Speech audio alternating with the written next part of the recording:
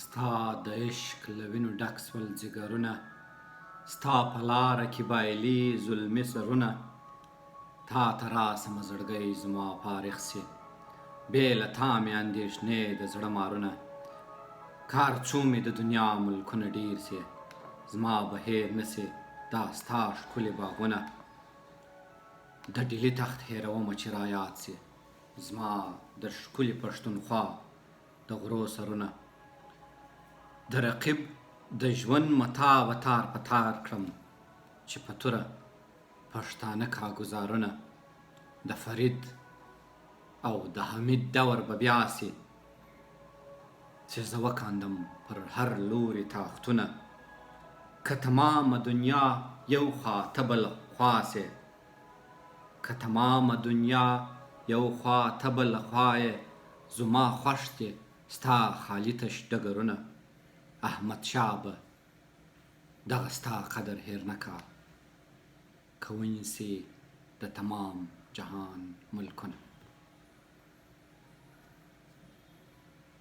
موږ نن د یوه ستر انسان، د یوه انسان ژغورونکي، د یوه غازي، د یوه فاتح، د یوه قهرمان او د یوه لوی امپراتور په اړه غږیږو. هغه امپراتور چې یو لیبلیه بیچاره سرګردانه پاشل سوی او تیت او پرک ولس یې راټول کړی، او یو لوی ملک او یوه لویه جغرافیه او یوه لویه امپراتوري افغانستان یې ور په برخه کړي. هغه څوک چې لیبلیه اریایان یې له پاشل کېدو، له وژنو، له ستړیاوو، له غلامیو، له سرګردانیو او د بل له معذورتونه خلاص کړل، او یوه نوې جغرافیه یې د افغانستان په نوم دغو خلکو په برخه کړ.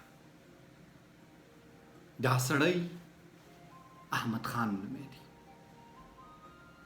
چې ملتونو وروسته د خپلې جغرافیې، د خپل تاریخ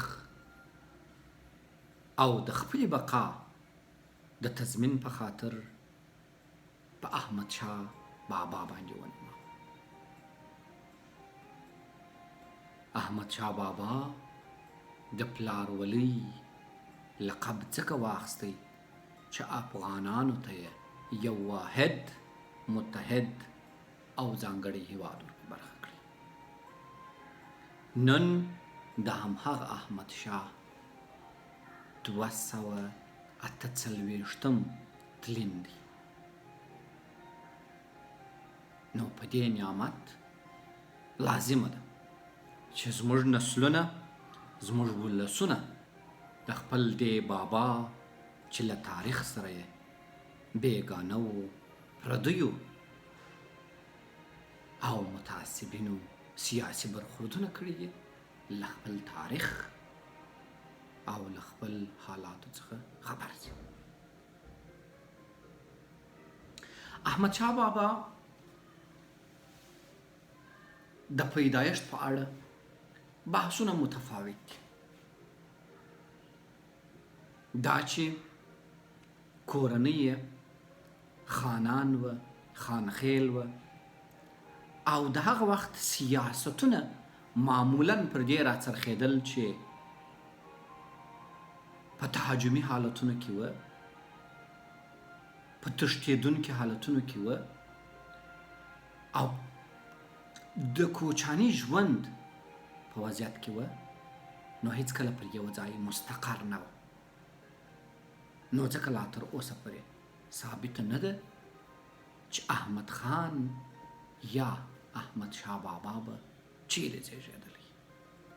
ولې بېلابېل تاریخونه د ژوند په اړه بېلابېلې خبرې کوي.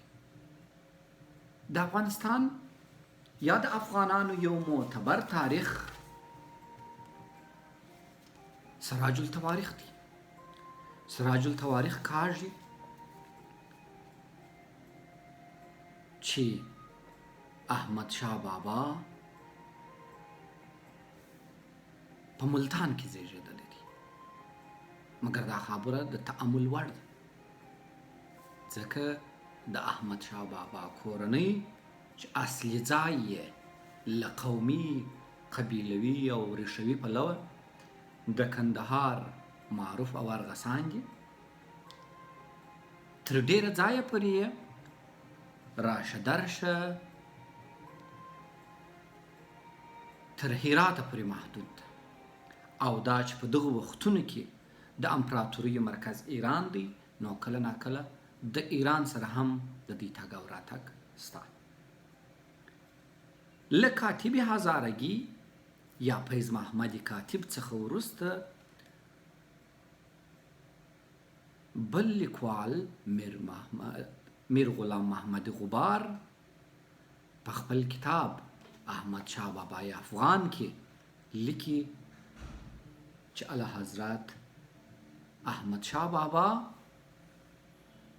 په هرات کې زیږېدلی دی.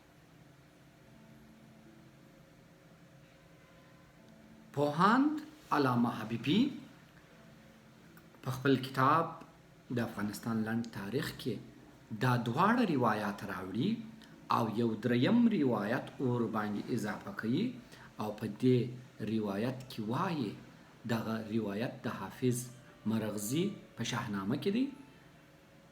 دغه د مرغزي په شاهنامه کې د احمد شاه بابا د زیږېدلو ځای په یو بیت کې داسې را اخلي: ښه مولد یې خراسان، په مزاج و علیشان. خراسان هغه مځکه وه چې عربو د لمر ختلو پر خاطر دې ته هغه مځکه ویله چې د کومې خوا چې لمر راخیږي. په تاریخونو کې د خراسان په نامه دغه محدوده هیڅ کله واضح او ښکاره نه وه چې سرحدونه یې څونه او تر کومه ځایه پورې. مګر دا چې حافظ مرغزي د اعلی حضرت احمد شاه بابا د سفرونو ملګری پاته سوی، نو له هغه ځایه ویلی سو چې احمد شاه بابا د اوسني افغانستان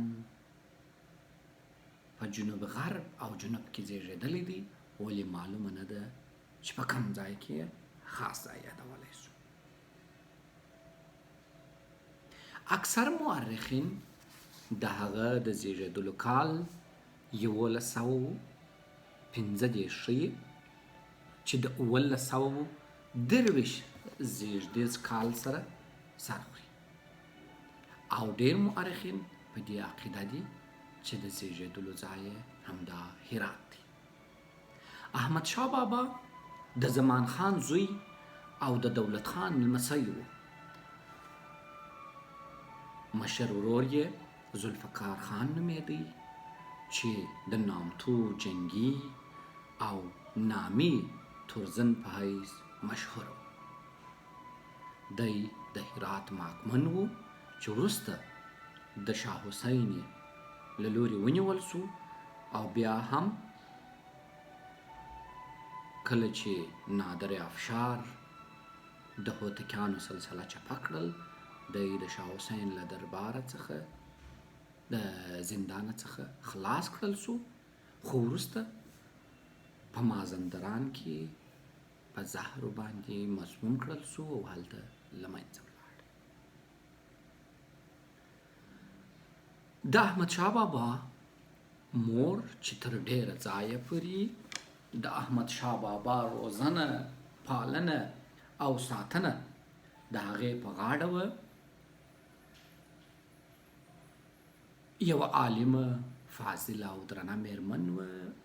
د کندهار د الکوزو د قوم وه چې په ارغنداب کې ژوند کاوه او اوس یې قبر هم هلته دی. د دې د ژوند نیټه معلومه نه ده ولې پر 1140 هجري قمري باندې یې د وفات نیټه ثبت شوې ده. دا خورا فاضله عالمه او پوهه ښځه وه، په مروجو علومو باندې آګاه وه، په پښتو ژبه کې یې شعرونه ویل چې د پښتو ژبې یوه مشهوره رباعي سهارګاه وه. د نرګس لیمه لانده څاڅکي څاڅکي یې له اوښکو څڅېده، ما ول څه دې ښکلې ګله ولې ژاړې، ده ویل ژوند مې د یوې خولې خندېده.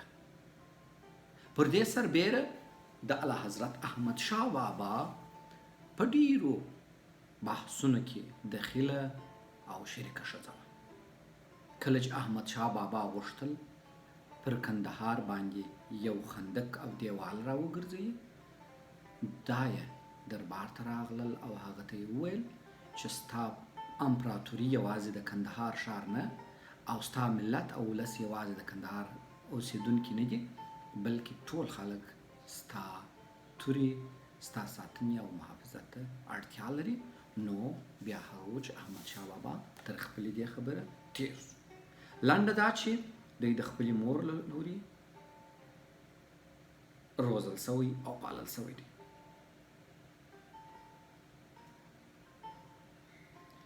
هغه مهال چې ذوالفقار خان په 1932 زیږدیز کې په فراه کې ماته وخوړه، احمد یې له ځان سره بوت او کندهار ته یې پناه یووړه. شاه حسین له دې ویرې چې ابدالیان به د ذوالفقار خان په مشرۍ د ده د واکمنۍ لپاره ګواښ جوړ سي، دی او ذوالفقار خان زندان ته واچول. نوموړي 6 کاله د شاه حسین په زندان کې و. نادر افشار چې کله د کندهار ښار ونیوی، دی او ذوالفقار خان یې په 1938 کال مازندران ته ولېږل. 4 کاله وروسته کله چې نادر افشار له صوب وروسته بیرته کندهار ته راوګرځېد، دی د ابدالي مشرانو په ټولۍ کې ورته د مبارکۍ لپاره په 1954 زیږدیز کال راغی. هغه د مازندران د علاقې نظم ور وسپاره، بیا یې د پوځ د افسر په توګه وټاکه، خو د ده استعداد په لیدلو یې ورته د ابدالي او ازبکي پوځ مشري وسپارله. وروسته یې د خپلو ساتندویانو د بشر په حیث وټاکه. یوه خبره چې دلته د وضاحت وړ ده هغه دا ده چې معمولا تاریخ جوړونکي په یوه ورځ، په یوه کال، په یوه میاشت، حتی په یوه لسیزه کې دا توانایي نه پیدا کوي چې ځان ته یو مستقل هیواد رامنځته کړي. دا د سیاست، دا د تاریخ، دا د ټول انساني کرکټرونو برخه ده چې ته به حوصله، د وخت پیژندل، د ځان پیژندل او د خپل قوت پیژنې، وروسته به ته یو اقتدار ته رسېږي. احمد شاه بابا تر دغه وخته پورې ټول شان لکه د یو سنجول سوي پلان په توګه ترسره کړي. د خپل خلکو مشر سوی، د خپلې سیمې مشر سوی، د نورو قدرتونو سره یې تعامل کړی او بالاخره اقتدار ته راپورته سوی.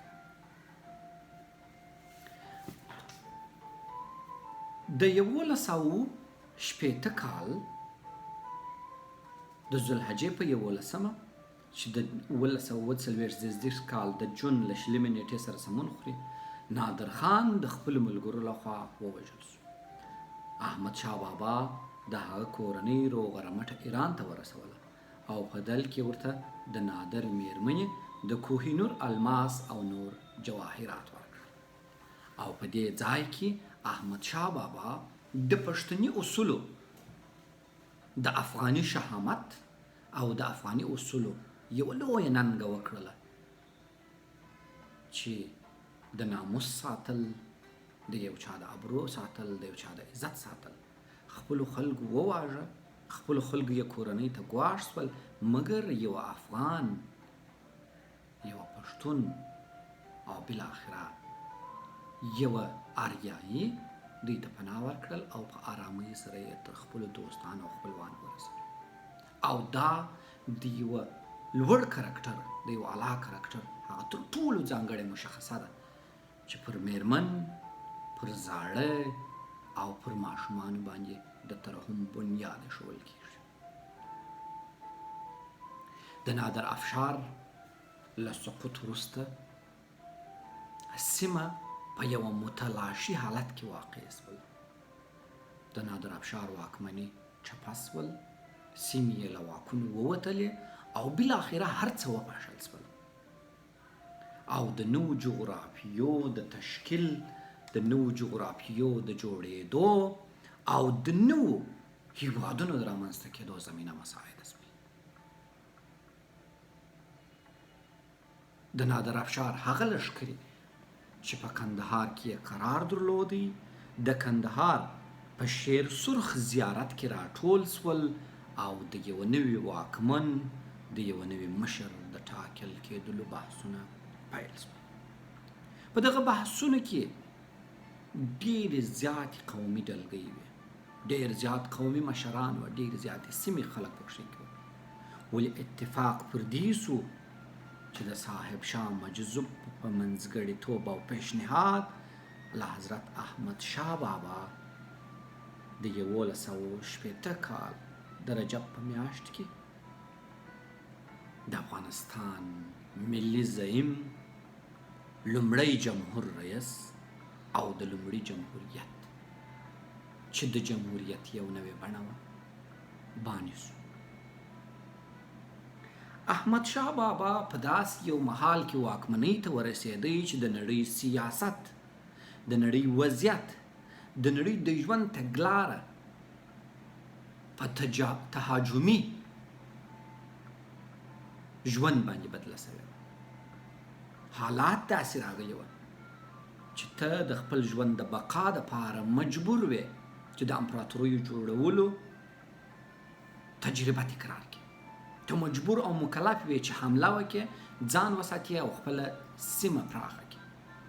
او پر همدې بنیاد احمد شاه بابا چې په نظامی محیط کې راغټ شوی و، په سیاسي محیط کې راپورته شوی و، د اقوامو د تجمع دپاره، د امپراتورۍ د وسعت د پراختیا او د ښه ساتنې دپاره د افغاني لښکرو یو لوی تشکیل جوړ کړي او دغه تشکیل یې د هر قوم له خلکو څخه مالامال کړي او د نړۍ د تسخیر دپاره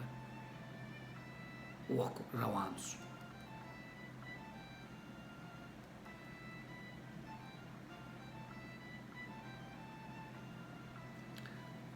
احمد شاه بابا په داسې وخت کې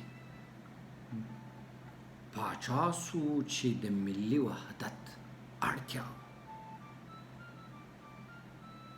هغه زونې چې پیر روشان یې خوب لیدلی، خوشحال خان خټک یې زونې کړېښول، ملي قاید میرویس خان نیکه یې نهالونه وپالل. بالاخره الله حضرت احمد شاه بابا ثمرې ته ورسول.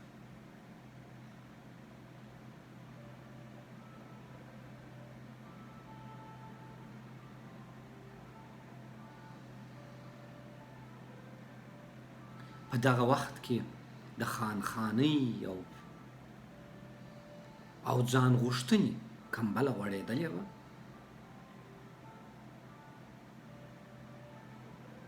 قبیلوي ژوند و او د افغاني قبیلو ترمنځ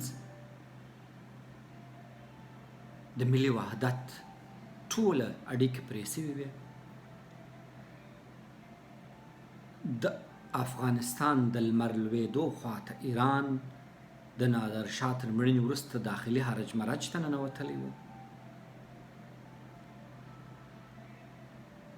او یوه ملک الطوایفي دوره راغلی وه چې غلجي پښتون آزاد خان سلیمان خېل د 15,000 سرتیرو سره په آذربایجان او حسن خان قاجار په استراباد او کریم خان زند په عراق کې حکومت کاوه.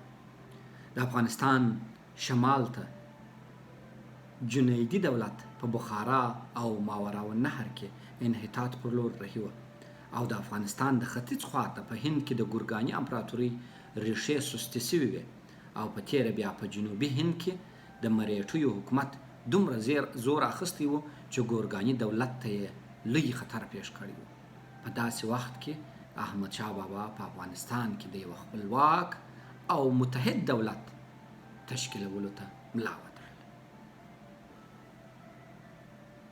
احمدشاه بابا له هر څه مخکې داخلي اجماع رامنځته کړل، داخلي ټیکاو او سمون یې رامنځته کړئ، اداري تشکیلات یې جوړ کړل، سیمې یې د اړتیاو پر اساس وویشلې او خلکو ته یې د نوي ژوند نوې لارې په لاس ورکړلې. او له هغه وروسته احمدشاه بابا د نوو لارو د پرانیستلو لپاره حرکت پیل کړ.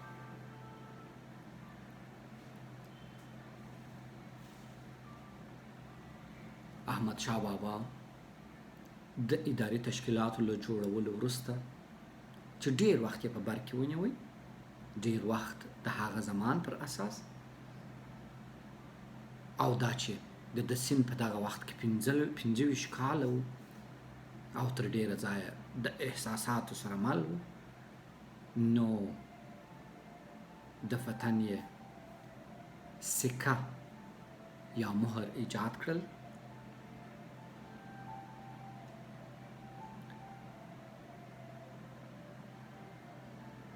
او هم یې د خپل اداري تشکیلاتو لپاره خپل حدود وضع کړله او د خپلو سیمو د پراخولو لپاره یې سفرونه پیل کړل.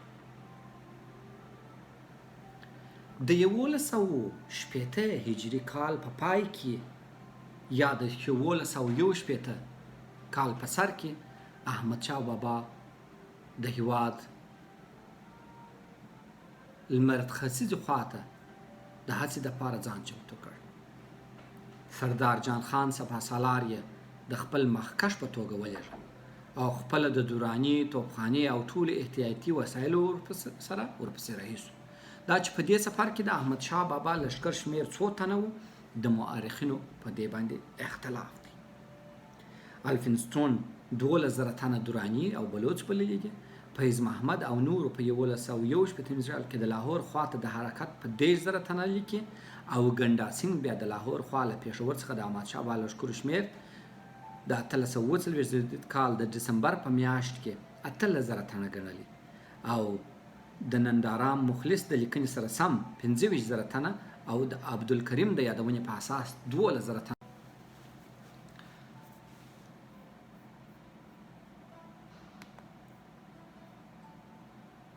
احمدشاه بابا په لومړي سر کې د کلات ښار کلابند کړ، د خپل لښکرو سره غزني، کابل او پېښور په نیت وخوځېدی او په لاره کې د کلات ښار له کلابندۍ څخه وروسته ونیول شو. د کلات ښار له نیولو وروسته د کابل او جلال آباد پر لور وخوځېد. احمدشاه بابا د خپل لښکر سره له غزني څخه د کابل خواته وخوځېد. ناصر خان مقابلې ته چمتو شو، خو د مقابلې توان یې ونه شو درلودلی. د خپل بار اوښ سره د پېښور لوري ته وتښتېد او په کابل کې د حکومت د زیاترو چارواکي د سید درکاهي کابلي نومې سید په لاس کې پاته شول.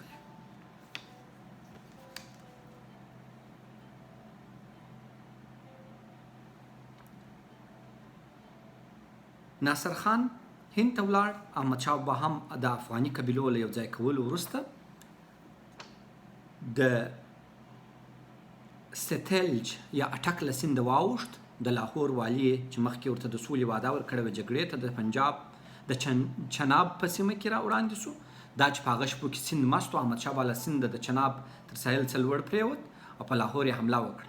د لاهور والي شاهنواز خان چې کله دا خبر واورېد د ډهلي په لور وتښتېد. مغولي پاچا هم د احمدشاه د وړاندې تګ په خبرېدلو د خپل زوی شاه احمد شاه په مشري 100,000 کسیز لښکر د هغه مقابلې ته راوړل. دواړه لښکرې د 1160 کال په اول خور کې په مالپور مانپور یا منکپور کې سره ونښتې. د جګړې په پیل کې قمرالدین هندي صدراعظم په ګولۍ ولګېد. د هغه په مړینه یو زوی په لښکر کې د هغه ځای ونیو. د بده مرغه د جګړې په ترڅ کې په احمدشاهي بارودخانه اور ولګېد او د شپې د تیارې د په بریدلو احمدشاهي لښکر شاته شو، خو د غبار صاحب په وینا دواړو غاړو سوله وکړه.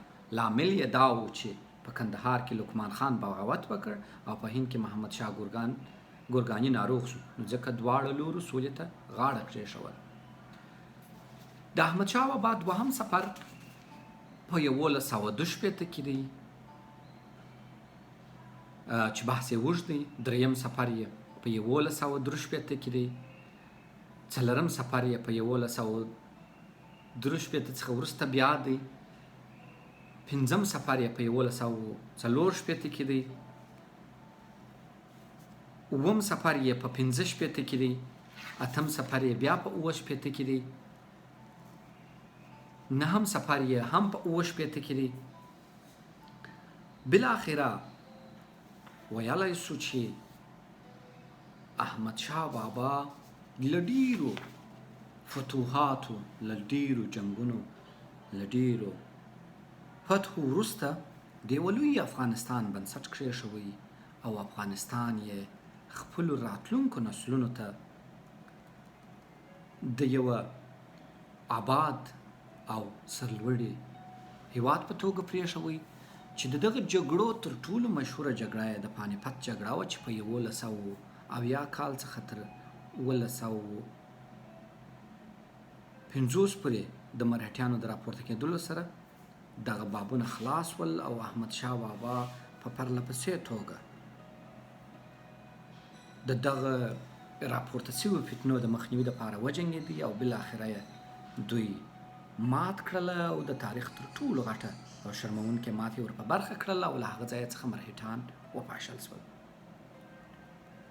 ډېر خلک په دې فکر کې دي چې احمدشاه بابا ولې فتوحات ترسره کول او ولې یې په سیمو کې د هغو سیمو خلک مقررول. دا هغه پالیسي ده چې نړۍ یې اوس عملي کوي، ولې احمدشاه بابا هغه وخت کشف کړی. بل علت یې دا و چې احمدشاه بابا د ولسونو غلامولو ته کار نه ویلی، بلکې د ولسونو آزادولو ته یې کار کاوه. احمدشاه بابا یو عالم، فرهنګي او ویاړلی انسان.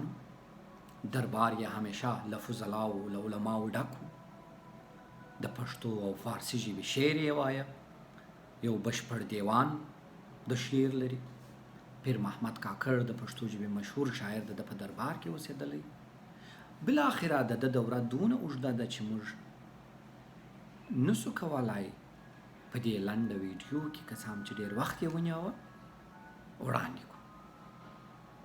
دا چې نن د ده 248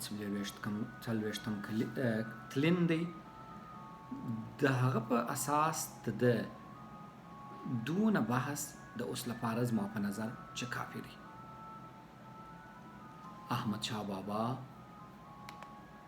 یو پر وطن مین، ولسی، مظلوم، مترحم، سوله خوښی او باوجدانه پاچا و چې بالاخره د 50 کلنۍ په عمر د یوې نامعلومې ناجوړۍ له امله چې ډېر خلک یې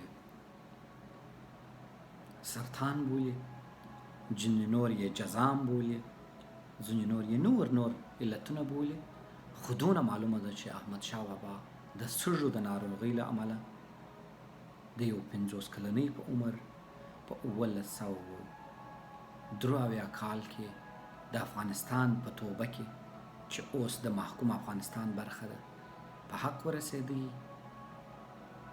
او یوه لویه امپراتوري راتلونکو نسلونو ته پرېښول او د کندهار د احمد شاهي ښار په زړه کې د خرقې مطهرې په څنګ کې دفن شو. د احمدشاه بابا کارنامې او بحثونه د ویډیویي بحثونو تر اندازې ډیر دي، نو دلته موږ یوازې پر څو محدودو مسایلو وغږېدلو. هیله مند یم چې ستاسې د توجه وړ به ګرځېدلې وي.